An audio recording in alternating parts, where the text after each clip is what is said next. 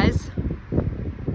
Very rare Sunday on my phone, but I had something land so heavy this morning that I just needed to share. And first of all, what a beautiful day. It's still chilly enough I gotta wear my sweater, but my goodness.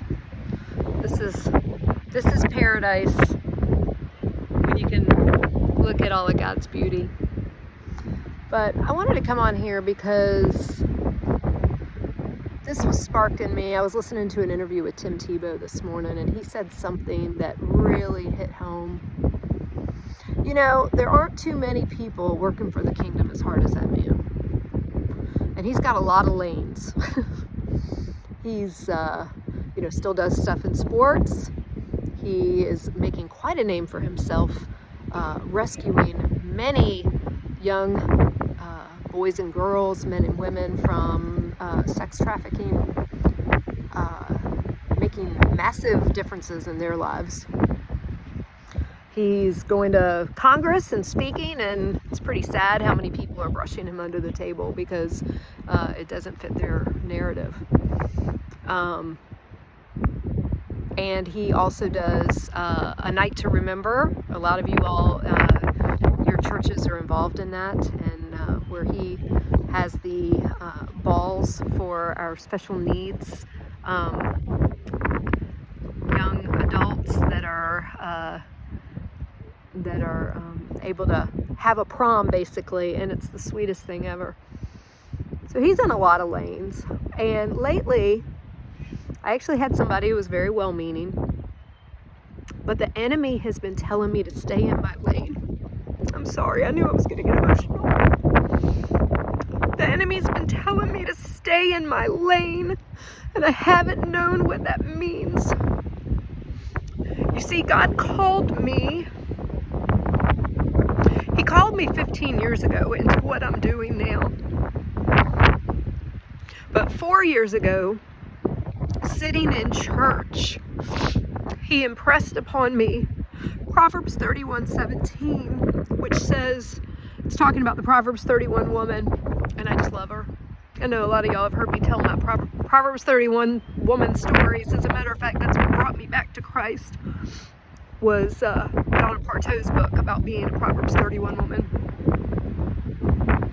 But anyway, so when I was sitting in church 4 years ago, and God impressed that, the Holy Spirit impressed on me Proverbs 31:17, which is where it says in the Proverbs 31 woman that her arms are strong for her tasks. And he laid such a burden on me and said, my children are not strong for their tasks. Wendy, my children are not strong for the tasks that I want to call them to.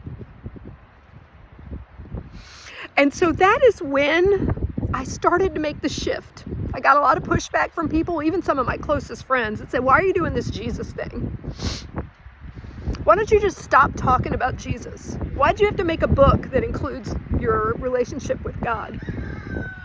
Because that's my lane, y'all. He's my everything. And if you don't have Christ in your heart, you don't understand. And you know what? I pray for everybody who doesn't understand. But that's for another day. Right now, well, I pray for you all every day. But right now, what this message is about is for the people that have told me to stay in my lane. And for the enemy who keeps telling me to stay in my lane. Because I hear it all the time. Wendy, your business isn't going to thrive until you pick a lane, stay in one place. You know what my lane is? My lane is to help those who have been called into ministry to be strong.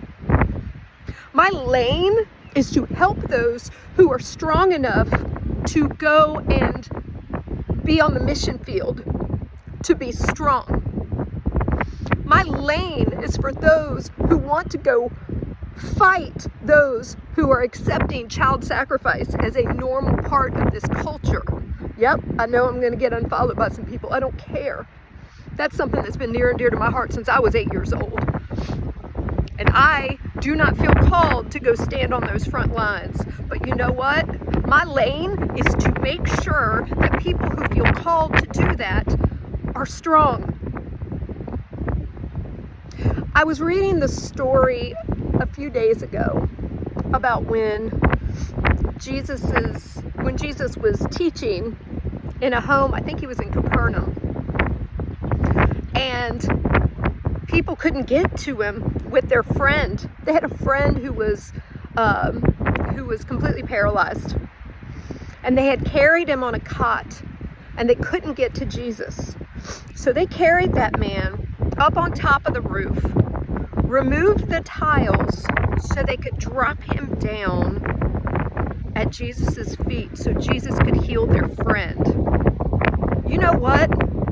My lane is to make sure that the people who feel called to carry their friend, to lay at the feet of Jesus, have the strength to climb up on that roof and remove those tiles and to be able to drop him down. So there's a lot. I am passionate about babies being murdered. I am passionate about orphans. I am passionate about widows.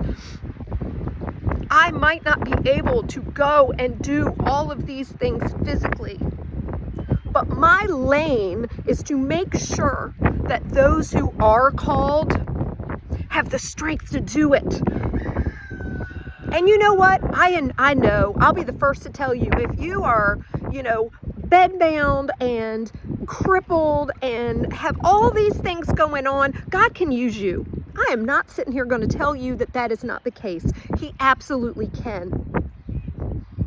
But there are a whole lot of you out there who are sitting around and have no idea what your purpose and what your calling is, because you can't even function on a normal daily basis because you are being poisoned by the food, by our environment, by our water, by social media, by all of the other things that keep us distracted, that keep our bodies distracted with all the pain, that keep our lives distracted because our nervous systems are so amped up with all of our notifications and all of the ways that we're being pulled. Y'all, if I can help even just one person to be able to find healing in their life so that they can go and fulfill their purpose that maybe they didn't even know that they were being called to because they previously have been too distracted with the pain and the misery and the disease, then I've fulfilled my calling. Not all of us are called to traipse across the world and go, to Nigeria and to, Israel or to all these other places and minister to people. I have always had such admiration for people that are called to do those things. And I've often asked God, why was that not in the plan? Did I take a wrong turn?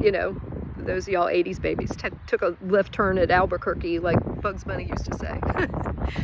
Did I take a wrong turn that I didn't get called into that? No, this is it. This is what he called me to. And I'm so passionate about it. So the next time you all see me all over the place, and I'm saying this as a response to my own message yesterday when I said I had to clear up confusion because people see me doing all these things and they don't understand how I can help them. That post was because a very well-meaning person told me to stay in my lane. And I love that person. They didn't say it out of nastiness. They didn't say anything. They just said, you know what? You're never going to succeed in your business if you don't stay in your lane. No, you know what?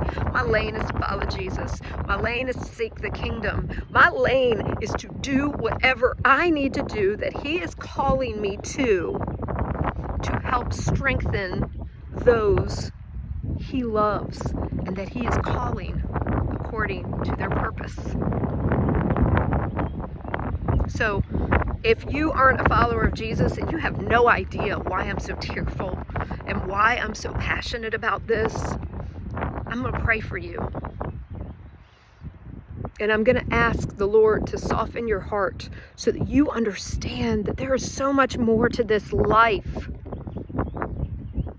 than what people are doing on social media, than the job that you go and do every day, than, what's on TV, what sports games are playing. I'm not saying there's anything wrong with that stuff. I'm just saying there's so much more to this life. Y'all, we are not just bodies. We are spiritual beings who happen to have a God suit on right now, or a human suit on right now, waiting for us to get to that point where we get to our Heavenly Father. We are all spiritual beings. If you don't believe that, I hate to tell you, you're going to believe it one day. I wish you'd believe it now while there's still time. Don't waste this life, y'all. You got one. And if you think following Jesus is a waste of a life, oh, buddy, do I have news for you. It is the greatest decision you will ever make. Hands down. Hearing my husband and I were not walking with the Lord when we met. Quite the opposite. And when I came back to Christ in 2019, I think it was the hardest thing in the world for him. He wouldn't admit it, but he was struggling because he didn't understand what that meant. I think he thought he was going to come home one day and I was going to have a habit on, the nun suit. And he was never going to be able to touch me again. And we were going to have a totally different life. And in many ways, we do have a different life. But it is not worse. It is 1,000% better. To have my husband wake up this morning, and I had just finished my Bible reading, and to come in and he's blasting worship music and singing at the top of his lungs, and then our son joins in, my heart is singing. But anyway, I just had to come on here, tell y'all happy Sunday. Ask for prayers as I'm traveling this week, but most importantly, to tell you all not to let anybody discourage you. Your lane, like Tim Tebow, might be really wide. You might have many lanes. You might have a whole highway, okay? As I often feel like I do. There's no shame in that. If you've been called in a lot of different directions, don't you dare tell God you can't. You just do it. You go after it. You seek the kingdom first, and all the rest will be given to you. I love y'all. And I mean that. I heard somebody the other day say that it's so cheesy when people say I love you. No. When you have Christ in your heart, you have an unexplainable love for humanity. And this is why any of you all who have not found Christ yet, if you ever want to just talk, my calendar's crazy. It's very hard to even get an appointment with me many weeks. But boy, will I find time to talk to you about Jesus. Follow him, y'all. You will never, ever regret it. And figure out what that lane is that he's calling you to. Not your own selfish desires. Not what somebody else is doing that you think you need to be like them. Not comparison driven, not money driven, not driven by all the stupid things this society says is important, but driven by the one true King, the only one who matters. I love y'all. Have an amazing, blessed rest of your Sunday. And as I always say at the end of my videos, love y'all, live well.